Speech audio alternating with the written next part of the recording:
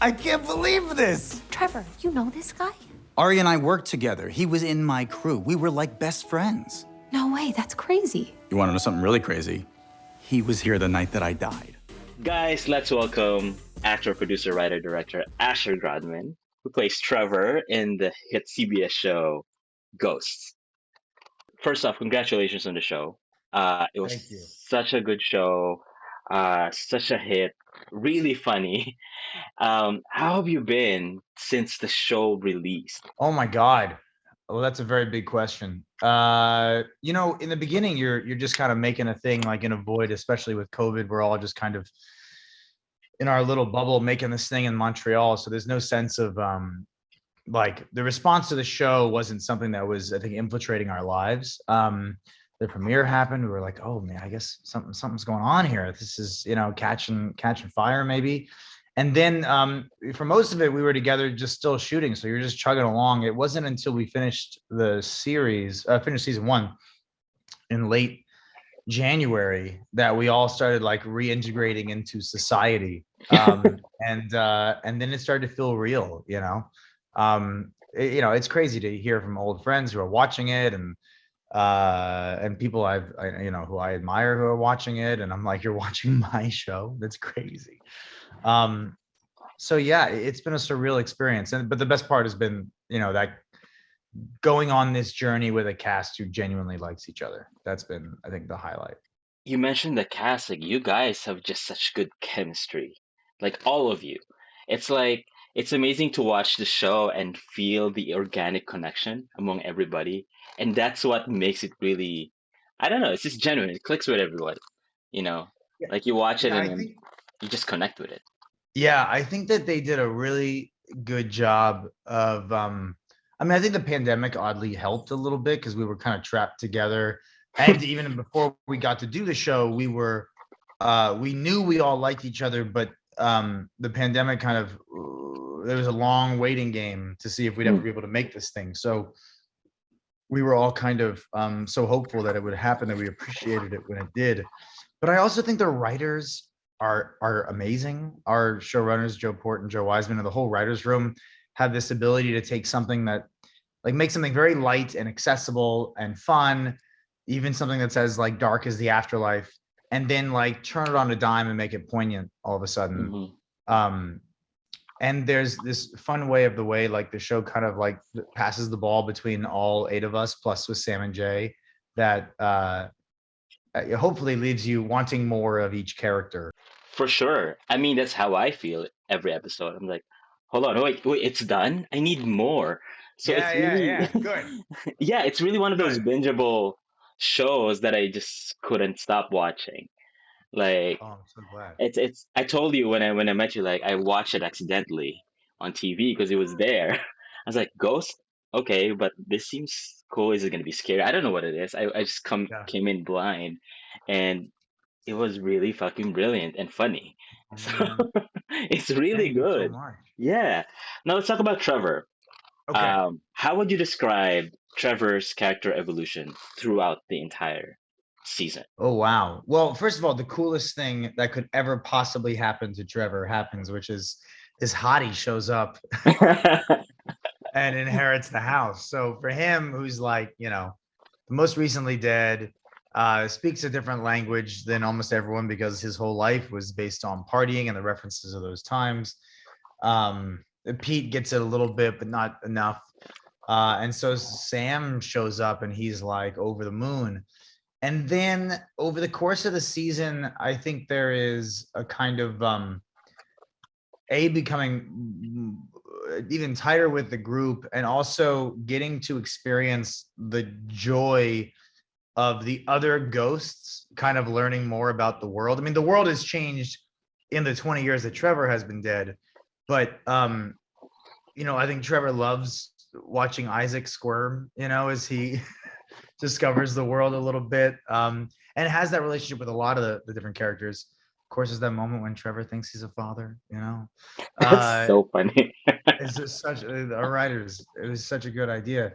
And then as the season went on, kind of grappling with, and that's the fun thing with the show and with our writers, that we can deal with almost like existential questions, like our writers made an episode about catfishing. Suddenly, I think about existential loneliness. Yo, right? That episode is one of my favorites.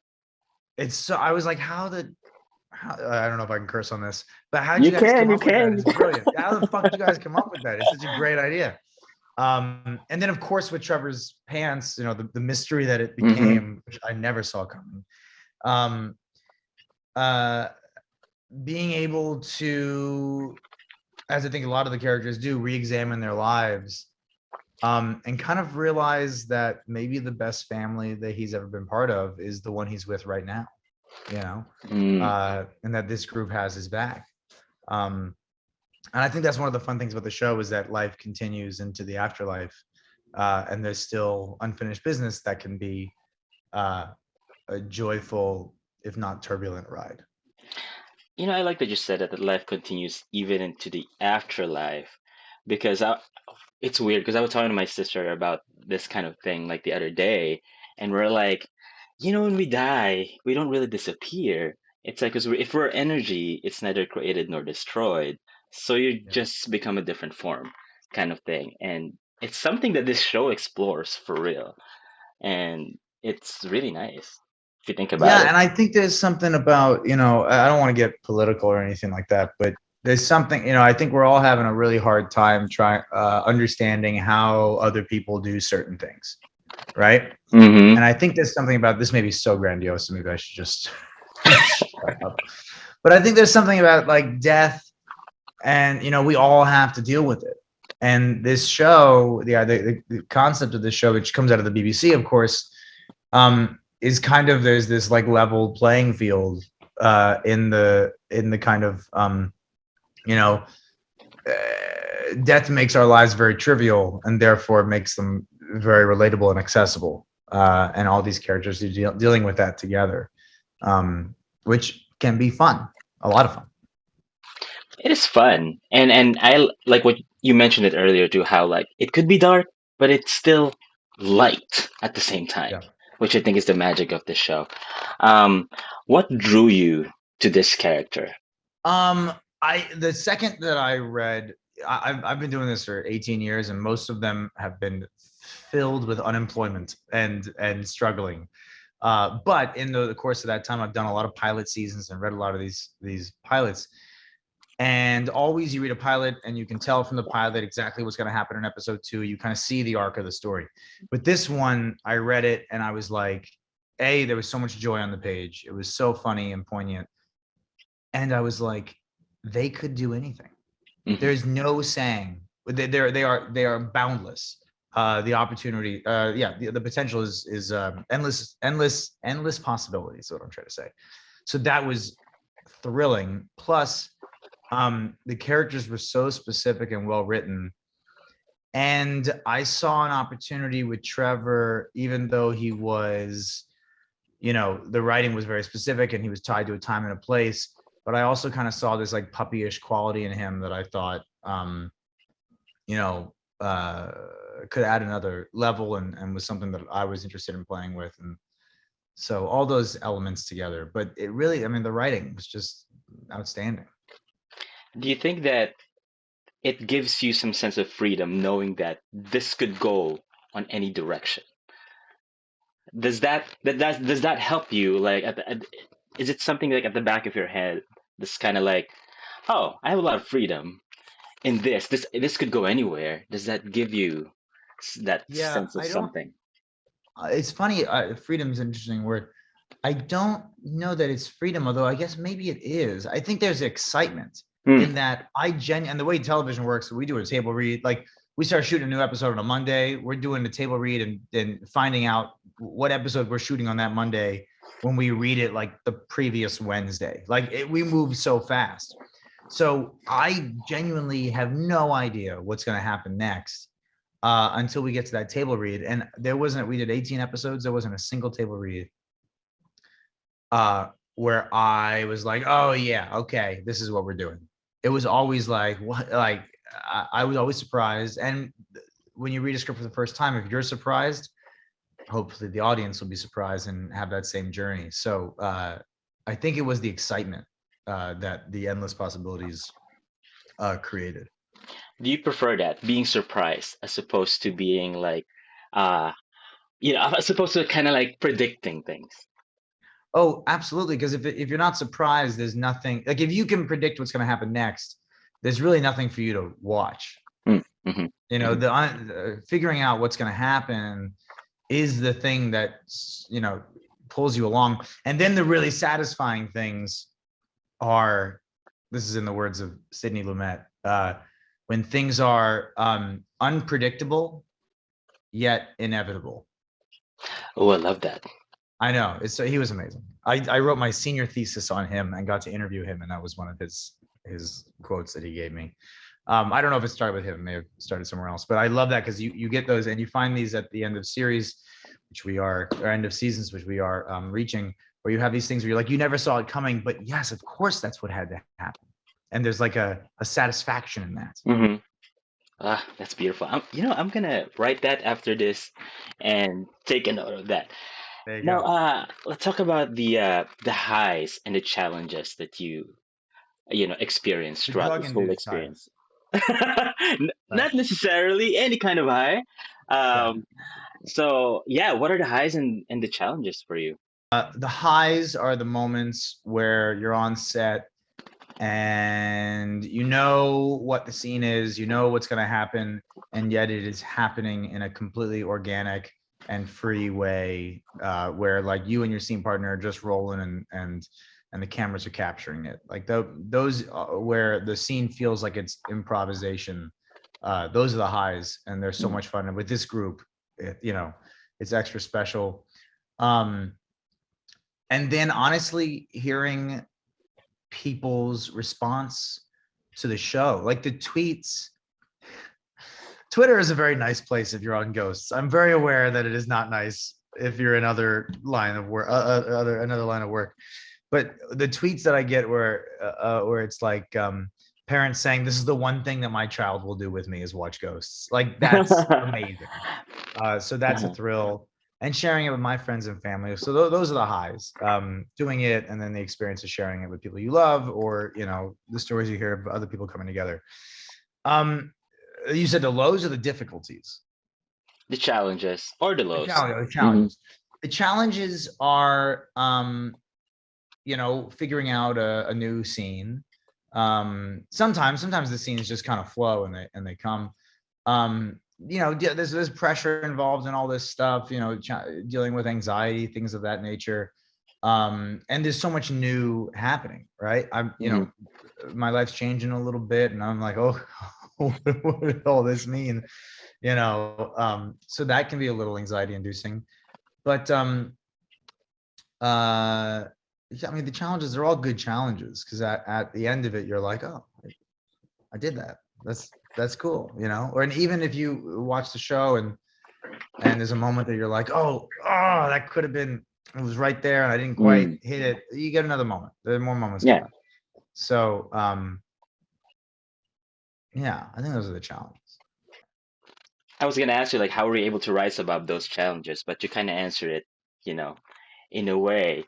Yeah, well, you rise above the challenges, by not taking anything too seriously, working with the ensemble, and relying on each other, and doing the best you can to have some fun. Because, like I said, after 18 years of employment, of unemployment, you really appreciate this thing, and it is meant, I hope, to be enjoyed. Do you have a favorite episode in this whole season, or an episode that resonates with you the most? Oh God, I think I have a bunch that I love. I had a lot of fun shooting Trevor's Pants, only because, well, there were a lot of reasons. Because I have this group dynamic with the ghosts, and then saying, okay, there's that group. Now, what is the group dynamic of with the people he lives with? Yeah. So that was a lot of fun. I think Pete's wife is a very sweet and surprising and charming episode.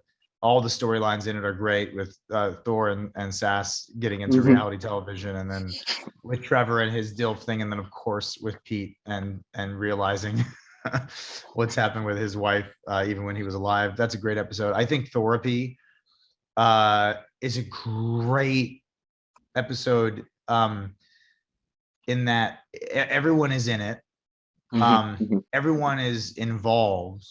And it's really an episode that deals with the history and the relationships between the characters, right? And I love those. I love where this thing that our show can do, which is what is it like to have people who have lived together for hundreds of years, and we lean on that and rely on that, and you still find new things in that kind of character history. I love that stuff. Jay's sister is very, very clever and creative. Possession's great. What Ukarsh did in Possession is awesome. What a brilliant idea that our writers had. I'm gonna end up just naming every episode. I was gonna say every episode that you're naming, those are a lot of my faves. I mean, probably the one of my favorites that I will never forget would be the catfishing one. It was really funny because I was like, wow, what? This is awesome.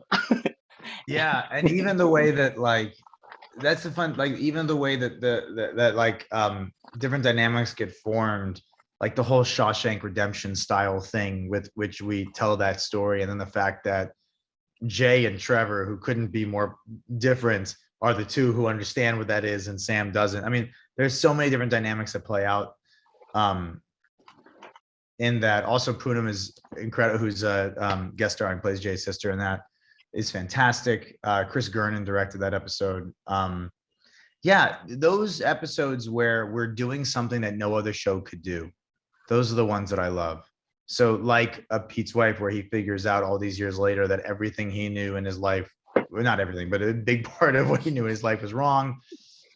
Situation where you can be catfished by a ghost, that's only going to happen on our show. So I think those are the ones that I'm particularly drawn to. What do you think is the I wouldn't say secret spice or recipe of to be a successful show like this, but what is it? What makes this show magical for you? Oh, our show, or yes, your show. Oh, your thank show. God. Yeah. I don't know what makes a show successful. I think with us, my working theory is that our writer's ability to take something as meaningless as a missing pair of pants and turn it into something as poignant as abusive group dynamics and hazing, and make it a commentary on that. I think the ability to take some funny and then turn it into something poignant on a dime, that's one thing. I think the fact that there's just so much joy on the page, and I think hopefully because the cast, we really feel that way about each other, that translates. And then the last thing, I just think that there is an element of fun in bridging like the most unaccessible gap ever, which is like the living and the dead, and just slamming those things together in such a way that it's almost mundane. There's a lot of joy in that, right? That this afterlife thing, this thing that you can't access, is suddenly right there sitting with you as you have coffee and you can't get away from it, and they're bored. You know, to turn the dead into puppies, in essence, is like, I think there's a lot of fun in the connections that are possible, and the kind of found family dynamics that emerge. It is that at the core of this, like what I'm getting from it is like, this is a family story. This is a story about this family of ghosts and humans who are now coexisting. And it's such a beautiful thing to watch. Yeah, and there's that ongoing joke about like, oh, you get together for Thanksgiving, what's your uncle gonna say, right? That kind of stuff. Well, what everyone in this ghostly family, like the potential for the things to go awry is so high, right? And yet they always come together at the end, which I think is, you know, I think we could all use a little bit of that right now. That's the beauty of it. Do you believe in ghosts, or have you seen ghosts? I'm gonna say yes, but I say yes, I guess to acknowledge or honor this. So I grew up in a house in New Jersey that was built like in the 1700s. And is apparently listed as one of New Jersey's haunted houses. Oh. And the story is it was ghosts during the Revolutionary War who guided the American soldiers through the swamp. So in honor of that story, I'm going to say yes, though I have not experienced anything personally. My dog barks up a storm out into the night whenever we're out there. So she may be seeing something I have not, but I'm going to say yes. Can you imagine if, those revolutionary, the ghosts, are just there, kind of like in the scenario Yeah. of your show? That's crazy. Yeah, I'd Um, have countless Isaacs watching my every move. exactly. What's your dream project? Oh my God. Oh wow. Way to really, I didn't see that one coming. There's a play that I really want to do that I've been dreaming of doing for a very long time called Chester Bailey, that I think is this amazing play. I would love to do that. And I mean, I'd love to work with George Clooney one day, who I just think is incredible. Those would be my top two things right now. Cool. Putting it out there, it's gonna happen, Yeah, I'm man. putting it out there. You already put it out there. What's a valuable lesson that you've learned throughout your career that you always carry with you?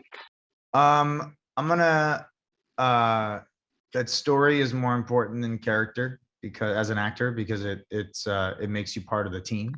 It makes you part of the group who is assembling this piece of work. And the other thing, and this is just a commentary on life, I got this from Larry Moss, who's an acting coach who's mentored me and is just an incredible guy, who said, the first one came from a guy named Bob Krakauer. I learned that from him. The second one, which is a commentary on life, in hard times, Larry would always say, treat yourself like you are your own son or daughter. And I think that's a very poignant and important thing. At least it has been for me. I like that. Though I usually fail at it. Usually doesn't work. For me, I'm trying. It's still a nice thing. It's still a nice thing to The North Star. think about. Exactly. My final question: if you were a book, what book would you be and why? So this is an open question, right? It could be a title, a genre, a non-existent thing. It's an open question. So if you were a book, what book would you be and why? Oh God, see, I could go into answer this and like make up a book or something like that, but I'll just say it because I think all my friends would agree with this. Wolf by Nate Blakeslee, which is probably on my shelf here somewhere. Actually, it is. I think it's right there. And about the reintroduction of wolves into Yellowstone, and this thing that happened where they like introduced 10 wolves, and those wolves, like generations of wolves respond. It's like reading Genesis in the Bible, except wolves. And as a guy who grew up on a farm with 14 dogs, it's just like this epic, completely true story about protecting the environment, and kind of it feels at times like an allegory for humanity and the way that wolves deal with each other, because they have a very complex system of government. But to watch this population grow, and it's a very epic tale. So I'm going to say that because I'm obsessed with it. Love it. That's it. That's it for me, Asher. Thank you so much, man. Really appreciate the time. Thank you. Oh my God, I should be thanking you. This is fantastic. These are great questions, by the way. Thank you. Thank you for having me. Yeah, of course. Thank you. Thank you again. Congratulations. Can't wait for season 2.